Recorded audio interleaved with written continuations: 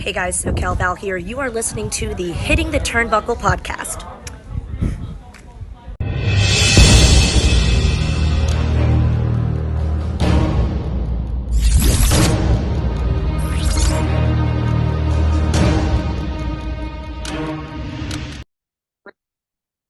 Welcome everybody back to the Hitting the Turnbuckle podcast. I am your host, Adam Cousins. We are soon to be heading off to Ignite Wrestling Pro for their curtain call show today. So it's Sunday at the time of recording. This is the Smackdown review show, the Smackdown of heel turns, the Smackdown of a lot of unexpected things happening. Really good show this week on Smackdown. And it cut straight on to the LWO segment at the start of the show. Rey Mysterio was there. They all basically were there, the whole LWA, including Carlito. Rey Mysterio was going on about how Logan Paul wouldn't have beaten him if it wasn't for the brass knuckles. He wants a rematch, and Carlito says nobody wants to see him more Rey more than US title more than him, but he needs to talk about the elephant in the room. And he was blaming Logan Paul when he says he's blaming the wrong person, and he should be blaming Santos Escobar. That all kicks off. Santos leaves, really leaves angry at that point. And the next point, it starts the first match, which is Lashley and Carlito. A real throwback match, this, Lashley and Carlito. It was a really good match, but this is the first heel turn. And this is where, Lashley connects with a spear initially to pick up the win. They then started to gang up on Carlito. Santos is just standing on the apron at this point, doing absolutely nothing. Mysterio storms the ring with a steel chair, makes a save. He starts arguing with Santos Escobar, saying that the LWO is all fat. And with that, Santos then attacks Rey from behind, holds his mask, and was saying, it should have been us. It should have just been us. And then Rey slaps Santos in the face. He apologizes to him, but then he drives Rey into the ring post. He hits a running drop kick while Rey's leg was trapped inside the steel stairs, and then proceeds to say he loved Rey, but he made them do this, as Selena Vega kind of cries at ringside. And then as we come back from the break, Kathy Kelly tried to catch up with Santos, who basically just said that Rey Mysterio had it coming. Heel turn number one. There is another couple, at least another one to end it. The next part was a Bianca Belair, Damage Control, Charlotte Flair, and Asuka segment. Long story short on this, was a good promo going on about Crown Jewel. And they were basically saying Bayley was a bit confused as to why Kairi Sane come in, and they wanted to make Damage Control stronger. And in the end, it ended up with a little bit of a hug from them. Basically, Kairi Sane's like, I respect you as a leader of Damage Control, and I forgive you. They all go in for a hug. Although Bayley said, I don't hug anymore. I don't do that. But she did. Anyway, Bianca Belair come out. Charlotte Flair come out, and it basically led, and Asuka come out, and it led to a 6-woman tag in the main event where heel turn 2 comes along. The next match was a rematch from last week. It was so good they put it on again. Dragon Lee, Cedric Alexander again delivered a fantastic match. Again, these two are so good. Cedric is so underutilized in the WWE. It's criminal. Dragon Lee picks up the victory with the Destino on this one.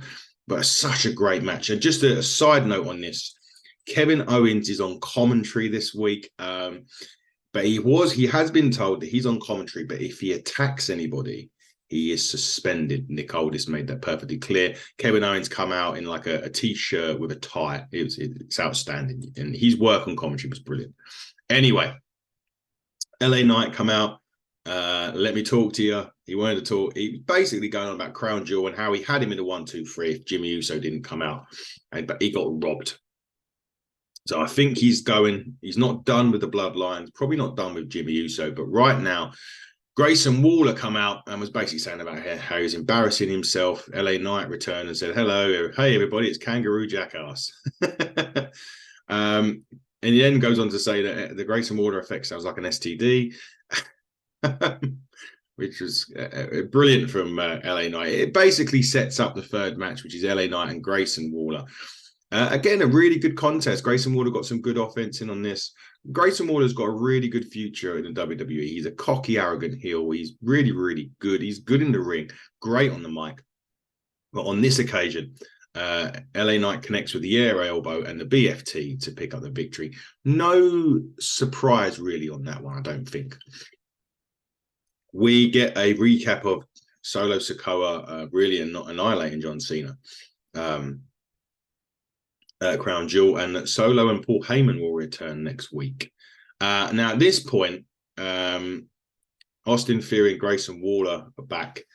They were poking fun at Kevin Owens. I think they basically put him with water, threw water over him, and then Kevin Owens basically said, "I'm going to get suspended, aren't I?" And then he went off, and they had a big brawl. So yes, Kevin Owens has been suspended. And Jimmy Uso then cut a very short promo. LA Knight, you're not done with the bloodline. That's good, because I'm not done with you. You want me next week? Yeet. Tribal Chief, what's up? No yeet. Quite Jimmy Uso. He seems to be enjoying himself. We were talking to Lance and Wyatt about this on Friday, and he was saying that they're really enjoying what they're doing at the moment on the bloodline, and Jimmy and Jay. So clearly enjoying what he's doing.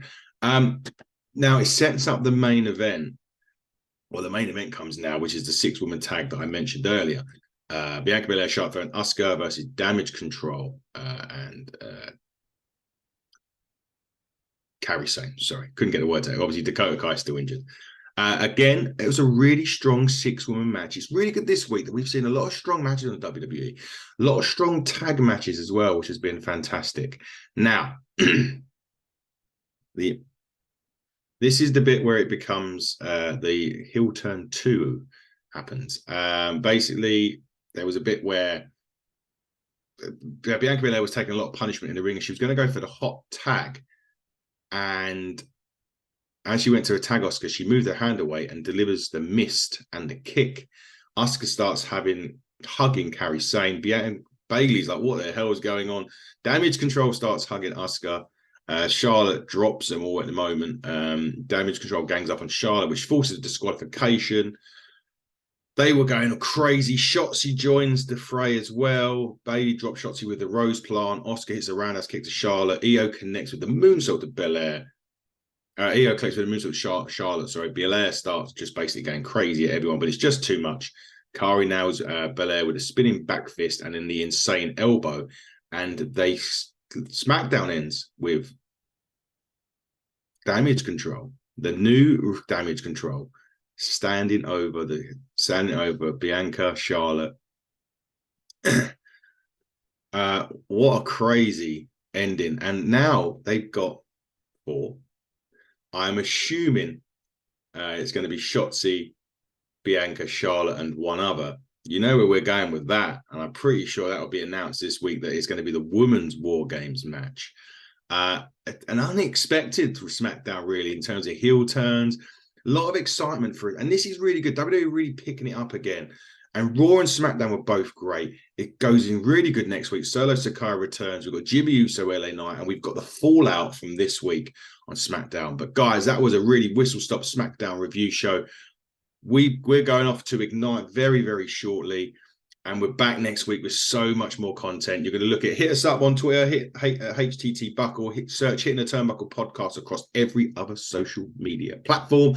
I have been your host, Adam Cousins, and until next time, everybody, buckle down, stay safe, goodbye.